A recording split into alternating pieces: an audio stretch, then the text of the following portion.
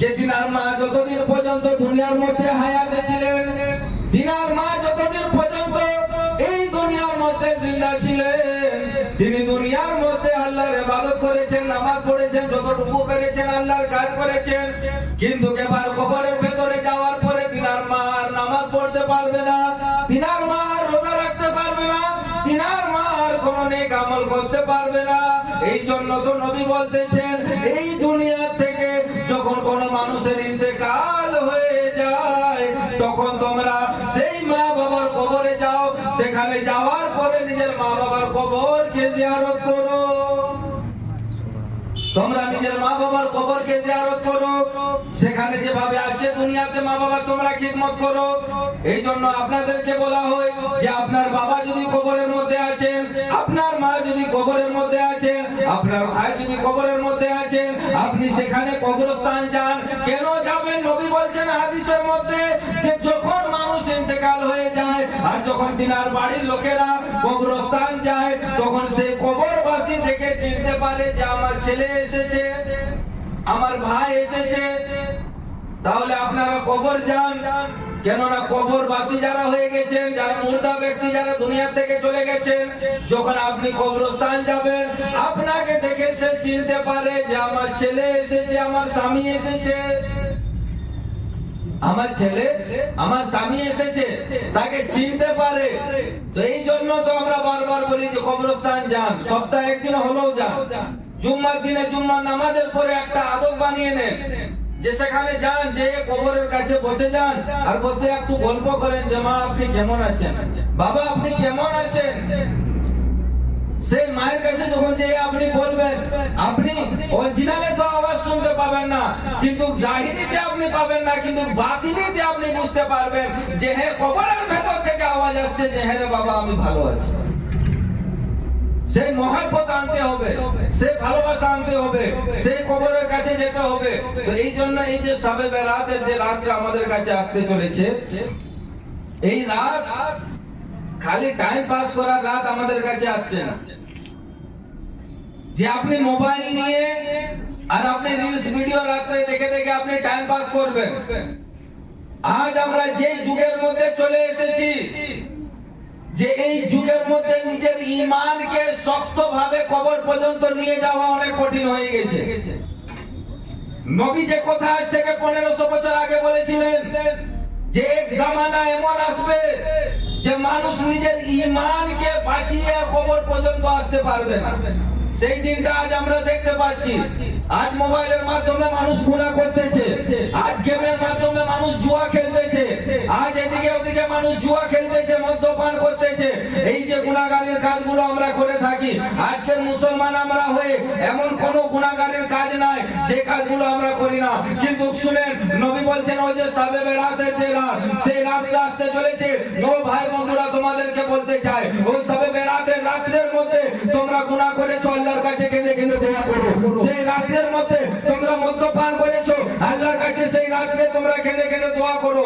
তোমরা দুনিয়ার মধ্যে হারাম খেয়েছো, যা কিছু গুনাহগারের কাজ করে আছো, কেন নবী বলছেন যে পাহাড়ের থেকে বেশি গুনাহ নিয়ে যদি কোনো বান্দা সেই রাতে আল্লাহর কাছে হাত তুলে দোয়া করবে, আমার আল্লাহ হচ্ছে রহমানুর রহিম, বান্দার সমস্ত গুনাহকে আমার আল্লাহ মাফ করে দিতে পারে। তো এই যে শবে বেরাতের রাত, সেই শবে বেরাতের রাতের মধ্যে যেটা মাগরিবের পর থেকে শুরু হবে, নামাজ শুরু করে দেন, নফল নামাজ শুরু করে দেন, নফল রোজা রাখতে শুরু করে দেন। রাত জেগে তারপরে দিনে রোজা রাখেন, কিংবা তার আগে একদিন রোজা রাখেন, রাত জেগেন। খালি রাত জাগার নাম শবে বেরাতের রাত নয়, সেই রাতে জেগে আপনি বেশি থেকে বেশি আপনি তওবা করেন আর আল্লাহর কাছে আপনি বলেন যে আল্লাহ আমি পেছনে যতগুলো গুনাহ করেছি, আল্লাহ আমার সমস্ত গুনাহকে তুমি মাফ করে দাও, আমার সমস্ত গুনাহকে তুমি মাফ করে দাও। সেই রাতটা হচ্ছে ইবাদতের রাত।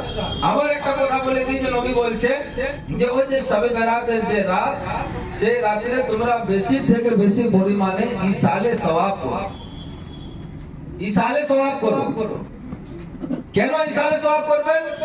যে ওই রাত্রে ওই রাত্রে যতগুলো মুর্দা ব্যক্তি যারা আছেন, যারা দুনিয়া থেকে ইন্তেকাল করে গেছেন, কারো মা, কারো বাবা, কারো ভাই, কারো বোন, চাচা, কাকা, নানা, নানি যারা দুনিয়া থেকে চলে গেছেন, তিনারা অপেক্ষায় থাকেন। আবার একটা আলা হযরতের বই ফতওয়ায়ে রাজভিয়া, সেই ফতওয়ায়ে রাজভিয়ার মধ্যে আলা হযরত লিখেছেন যে শবে বেরাতের রাত্রে যারা দুনিয়া থেকে ইন্তেকাল করে চলে গেছেন, সেই রূহ রুহানি গুলো মানুষের ঘর পর্যন্ত আসে। তাদের রূহ, ওই যে মা বাবা ইন্তেকাল করে গেছেন, আপনার স্বামী, আপনার ভাই, নানা নানি, কাকা কাকি, মামা মামি যারা দুনিয়া থেকে ইন্তেকাল করে গেছেন, আলা হযরত ফতওয়ায়ে রাজভিয়ার মধ্যে লিখেছেন যে যিনারা ইন্তেকাল করে চলে গেছেন, তিনাদের রূহ মানুষের ঘরের মধ্যে আসে। এবং যখন আপনি দুনিয়ার মধ্যে, দুনিয়া থেকে সেই শবে বেরাতের রাতের মধ্যে হয়তো আপনি কিছু কোরআন তেলাওয়াত করে, কয়েক পারা পড়ে, কয়েক খতম পড়ে, যখন আপনি আয়াতুল কুরসি কিংবা যা কোনো কুল দুরূদ পড়ে, যখন আপনি তিনাদের নামে ইসালে সওয়াব করেন, তখন তিনারা সেই ইসালে সওয়াবকে নিয়ে নিজের কবরের মধ্যে চলে যায়। আর সেই ইসালে সওয়াবের বরকতে আল্লাহ তাবারক ওয়া তাআলা তিনার কবরের থেকে আযাবকে দূর করে দেয়। তিনার আযাবকে আল্লাহ পাক দূর করে দেয়। আবার কিছু কিছু ঘরের মধ্যে যারা করে না, না করনেওয়ালা অনেক পার্টি আছে, অনেক দল আছে, না করনেওয়ালা, যে ইসালে সওয়াব আবার কি, যারা মরে চলে গেছে, ইসালে সওয়াব আবার কি, ইসালে সওয়াব কেন করা যাবে? তো শুনেন, আল্লাহ নবী সাল্লাল্লাহু তাআলা আলাইহি সাল্লামের কাছে একজন সাহাবী তিনি এলেন, আসার পরে বলছেন, ইয়া রাসূলুল্লাহ, ইয়া হাবিবাল্লাহ, আমার মা ইন্তেকাল করে গেছেন। ইয়া রাসূলুল্লাহ, আমার মায়ের ইন্তেকাল হয়ে গেছে। ইয়া রাসূলুল্লাহ, আপনি আমাকে একটা কথা বলে দেন যে আমার মা তো দুনিয়া থেকে চলে গেছে, আমার মায়ের আমলের দরজা তো বন্ধ হয়ে গেছে, কিন্তু ইয়া রাসূলুল্লাহ, ইয়া হাবিবাল্লাহ, তাহলে আমি চাই যেন আমার মায়ের জন্য আমি ইসালে সওয়াব করব। ইয়া রাসূলুল্লাহ, আমি চাই যেন আমার মায়ের ইসালে সওয়াবের জন্য কিছু কাজ করব। আল্লাহর নবী সাল্লাল্লাহু তাআলা আলাইহি সাল্লাম বলছেন যে ও সাহাবী, শুনো শুনো, যদি তুমি নিজের মায়ের জন্য ইসালে সওয়াব করতে চাও, এই জায়গার মধ্যে যেখানে আমরা বসবাস করে আছি, এই জায়গার মধ্যে মানুষের পানির জন্য অসুবিধা হচ্ছে, মানুষের পানির জন্য অসুবিধা হচ্ছে।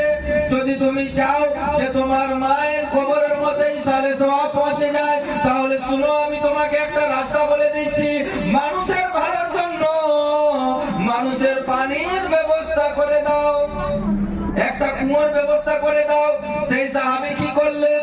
একটা কুয়োর ব্যবস্থা করে দিলেন। সেই কুয়োর মধ্যে জল চলে এলো। যখন সেই কুয়োর মধ্যে জল চলে এলো, আল্লাহর নবী কি করলেন জানেন? শুনে নেন, এখান থেকে দলিল আপনাকে, শেষ দলিল আমি দিয়ে দিচ্ছি। আল্লাহর নবী সাল্লাল্লাহু তাআলা আলাইহি সাল্লামের কাছে যখন সেই সাহাবী বললেন, নবী বললেন, তোমার মায়ের ইসালে সওয়াবের জন্য একটা কুয়োর ব্যবস্থা করে দাও, যাতে সেখান থেকে মানুষ পানি নিতে পারবে, মানুষ পানি ব্যবহার করতে পারবে, মানুষ পানি পান করতে পারবে। সাহাবী একটা কুয়োর যখন ব্যবস্থা করে দিলেন, তখন আল্লাহর নবী সেই কুয়োর সামনে দাঁড়িয়ে গেলেন, সেই কুয়োর সামনে দাঁড়িয়ে গেলেন, আর দাঁড়িয়ে হাত তুলে আল্লাহর কাছে বলছেন, কি বলছেন জানেন? ও রব্বুল আলামিন আল্লাহ, এই যে আমার সাহাবী, তিনি নিজের মায়ের ইসালে সওয়াবের জন্য এই যে পানির ব্যবস্থা করেছেন, আল্লাহ এই পানিকে তুমি নিজের দরবারে কবুল করে নাও। সুবহানাল্লাহ, এই পানিকে তুমি নিজের দরবারে কবুল করে নাও। আর এই ইসালে সওয়াবের বরকতে আল্লাহ আমার এই সাহাবীর মায়ের গুনাহকে তুমি maaf করে দাও। তাহলে ইসালে সওয়াবের হুকুম কে দিচ্ছেন? নবী দিচ্ছেন। যারা বলে সামনে সিন্নি রাখে ফাতিহা পড়া যাবে না, সামনে পানি রেখে ফাতিহা পড়া যাবে না, এখানে আমার নবী সেই কুয়োর সামনে দাঁড়িয়ে হাত তুলে আল্লাহর কাছে বলছেন যে আল্লাহ এই পানিকে তুমি নিজের দরবারে কবুল করে নাও।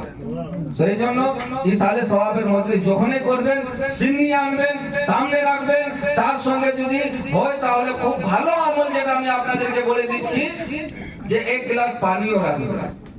কেননা সামনে পানি রেখে আল্লাহ নবী দোয়া করেছেন, এর জন্য সিন্নির সঙ্গে সঙ্গে পানিও রাখবেন। আর সেই সবে বেলাতের রাত্রে নিজের মায়ের জন্য, বাবার জন্য, যিনারা খানদান থেকে নানা নানি দাদা দাদি চলে গেছেন, তিনাদের জন্য ইসালে সোয়াব করবেন, আল্লাহর কাছে দোয়ার মজলিস সাজাবেন, ফাতিহা করাবেন, মিলাদ করাবেন, কবর যাবেন, সেই রাত্রে কবর যে কবর জিয়ারত করবেন, সেখানে ফাতিহা পড়বেন, দোয়া করবেন, সব এই আমলগুলো করবেন। কিন্তু আরেকটা জিনিস আমি আপনাদেরকে বলে দিচ্ছি, যেটা একদম মাস্ট আমাদেরকে মানতেই হবে, যে সবে বেরাত আসার আগে আগে যদি আপনার কারোর সঙ্গে দুশ্মনী আছে, যদি কারোর সঙ্গে টেনশন হয়ে আছে, যদি আপনি কারোর নিয়ে কারো পিঠ পিছনে যদি চুগলি করেছেন, তাহলে আপনি তার কাছ থেকে ক্ষমা